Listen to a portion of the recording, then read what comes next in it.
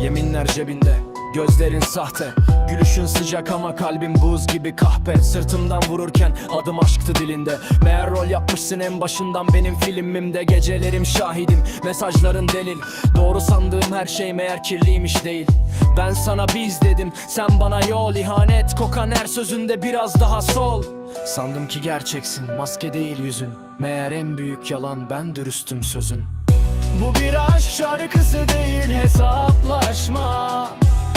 İhaneti süsleyip adını koyma aşka. Ben kaybetmedim seni, sen kendini sağ.